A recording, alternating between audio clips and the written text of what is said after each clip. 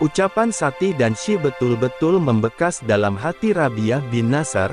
Kemudian ia menyiapkan anak-anaknya dan keluarganya untuk pergi ke Irak, dengan harapan langkahnya ini mendatangkan kemaslahatan bagi mereka, dan mengirimkan mereka kepada salah seorang raja Persia yang bernama Sabur bin Hurazats.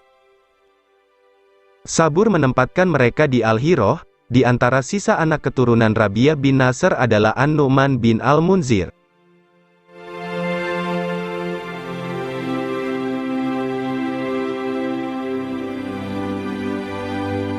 Menurut nasab orang-orang Yaman, nasab An-Nu'man adalah An-Nu'man bin Al-Munzir bin An-Nu'man bin Al-Munzir bin Amr bin Adi bin Rabi'ah bin Nasr. Ibnu Ishaq berkata, ketika Rabi'ah bin Nasr meninggal dunia, kerajaan negeri Yaman pindah ke tangan Hasan bin Tuban Asad Abu Karib. Tuban Asad adalah Tuba al-Ahiru bin Kuli Karib bin Zaid. Ibnu Ishaq berkata, Tuban Asad Abu Karib datang ke Madinah, kemudian membawa 2 rahib Yahudi Madinah ke Yaman, memakmurkan Masjidil Haram, dan menutupinya. Raja Yaman sebelumnya adalah Rabi'ah bin Nasr. Ibnu Hisham berkata, Tuban Asad Abu Karib inilah yang pernah dikatakan dalam salah satu syair. Duhai, seandainya aku mendapatkan keberuntungan seperti Abu Karib, kebaikannya menutupi kebodohannya. Hasan melewati Madinah. Ibnu Ishaq berkata, dari timur, Hasan mengarahkan perjalanannya ke Madinah. Sebelumnya, ia pernah melewati Madinah tanpa membunuh penduduknya. Ia tinggalkan anaknya sebagai pemimpin mereka, namun anaknya dibunuh penduduk Madinah dengan zalim. Kemudian Hasan datang ke Madinah untuk mengusir penduduknya, memberangus penduduknya, dan menebang pohon kurmanya. Untuk menghadapinya, Al-Ansor bersatu di bawah pemimpin mereka Amr bin Talah, saudara Bani An-Najjar, dan salah seorang dari Bani Amr bin Mabzul.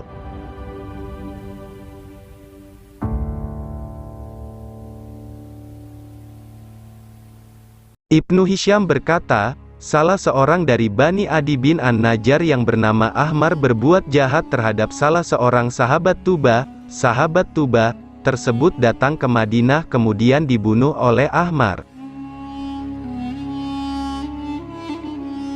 Penyebabnya, Ahmar melihat sahabat Tuba tersebut berada di tandan kurma dan sedang memotongnya.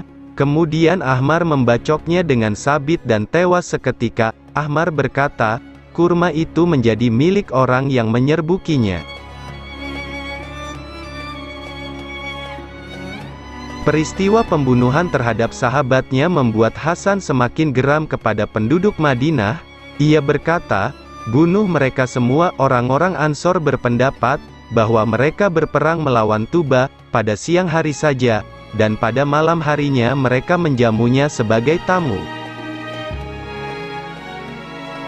Karena sikap mereka seperti itu, Tuba kagum kepada mereka. Ia berkata, demi Allah, sesungguhnya kaum kami pastilah orang-orang mulia.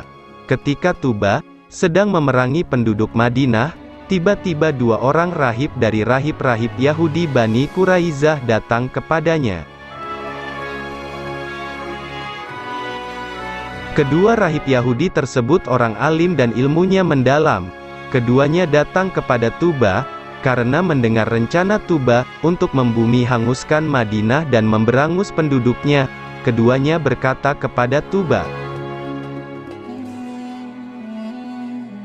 wahai raja, jangan teruskan rencanamu itu. Jika engkau tetap memaksa diri melakukannya, maka hubunganmu dengan Madinah terputus, dan kami khawatir engkau mendapatkan hukuman dalam waktu dekat. Tuba berkata kepada kedua rahib Yahudi tersebut, kenapa begitu?